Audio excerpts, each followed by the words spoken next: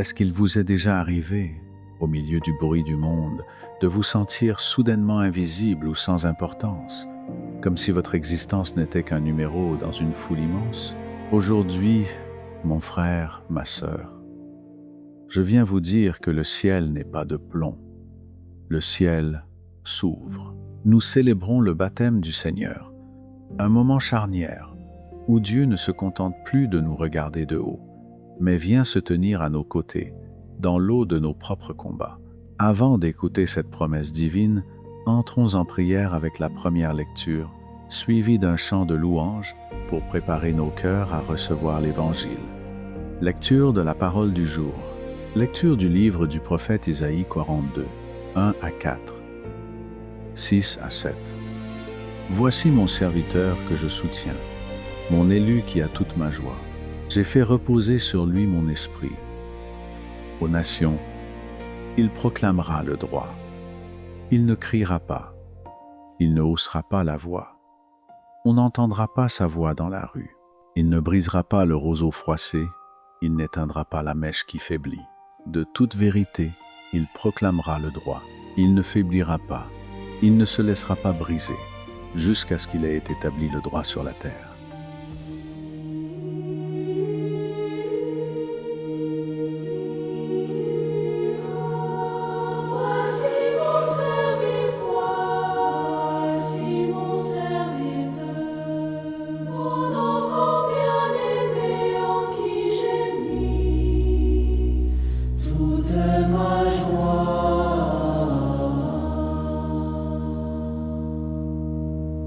Il marche en silence, le cœur tourné vers toi. Il porte la lumière dans ses mains offertes. Voici mon serviteur, mon enfant bien-aimé, en qui j'ai mis toute ma joie. Il relève les faibles, il console la peur.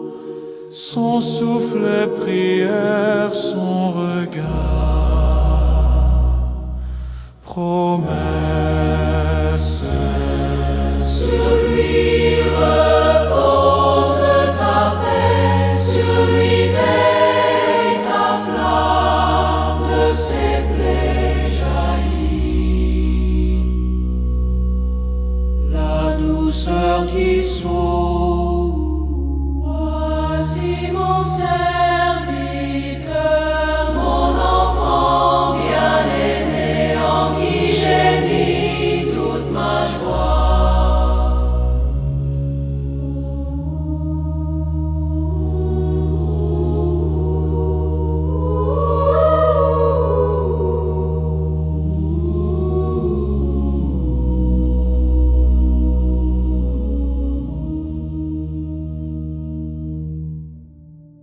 Lecture de l'Évangile. Évangile de Jésus-Christ selon saint Matthieu. 3, 13 à 17. En ce temps-là, Jésus arrivait de Galilée.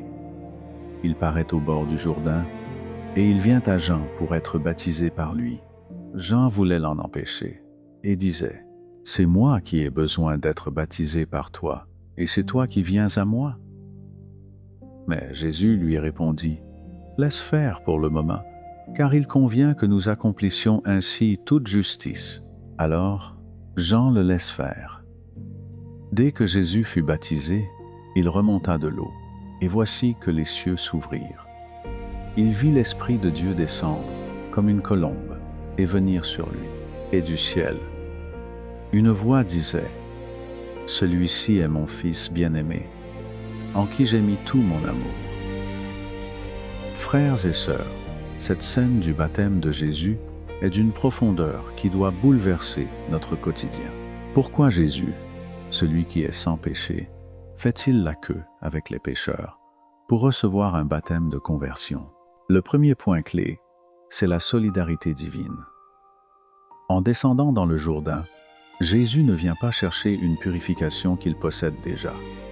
Il vient sanctifier l'eau de nos vies. Il plonge dans nos fragilités, dans nos doutes et dans nos hontes.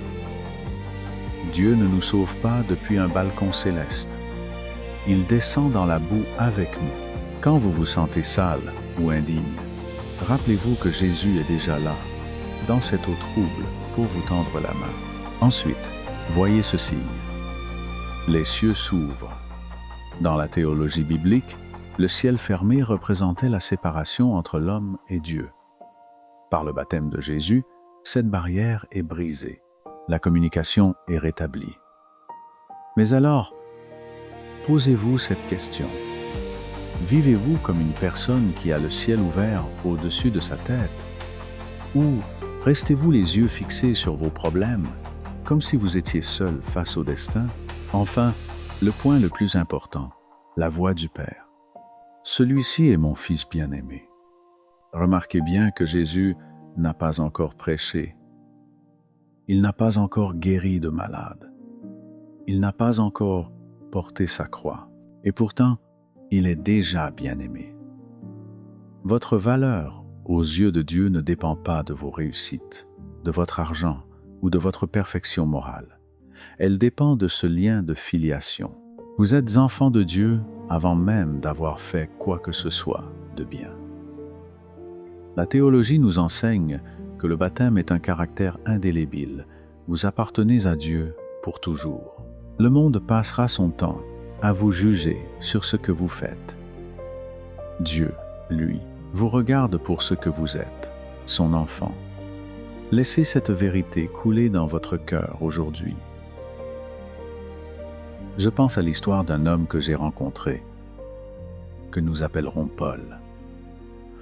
Paul avait vécu une vie de succès avant de tout perdre.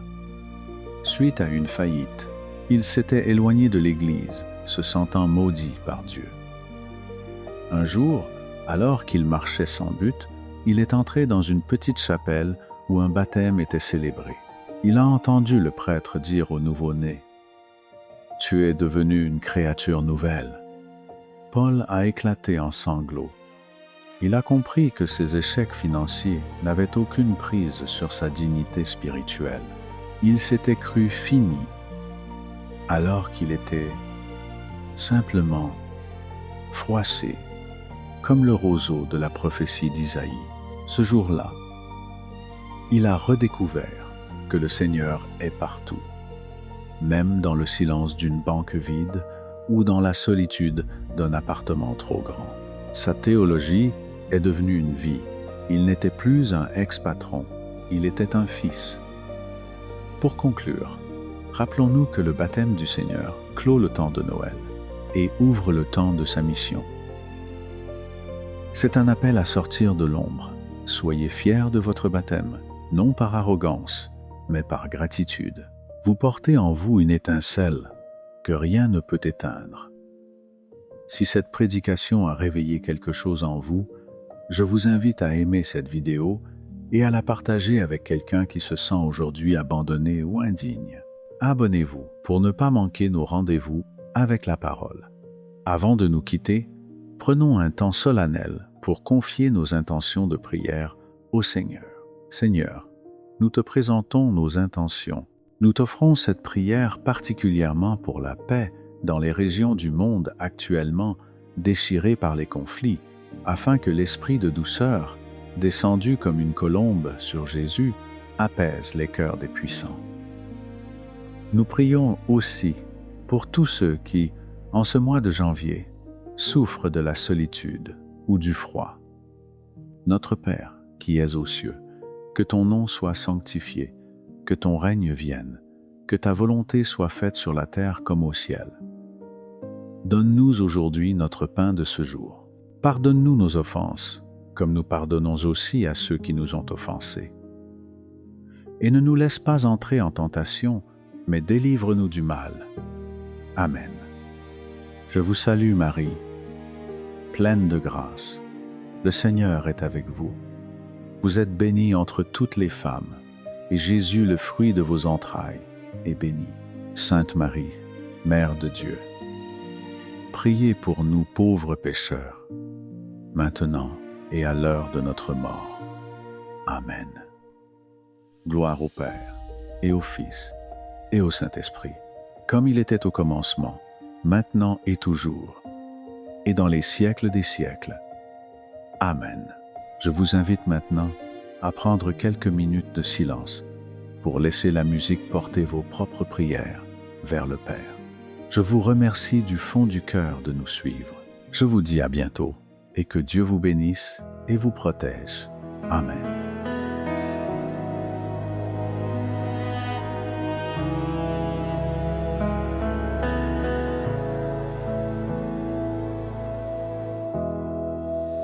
J'arrive les mains vides, les yeux encore perdus d'hier. Assis au bord du doute, je pose ma peur à tes pieds. Une simple prière, un souffle fragile, mais tu entends, tu te penches sur mon désert tranquille. Tu mets la lumière sur nos cœurs, tu relèves la poussière de nos peurs. Ta grâce traverse nos nuits et l'ombre s'enfuit quand tu dis je suis. Tu mets la lumière sur nos cœurs. Je vois des vies brisées que ton pardon vient rassembler, comme 1000 morceaux de verre qui commencent à briller. Tu changes nos histoires en chemin d'espérance. Chaque cicatrice devient une porte vers ta présence.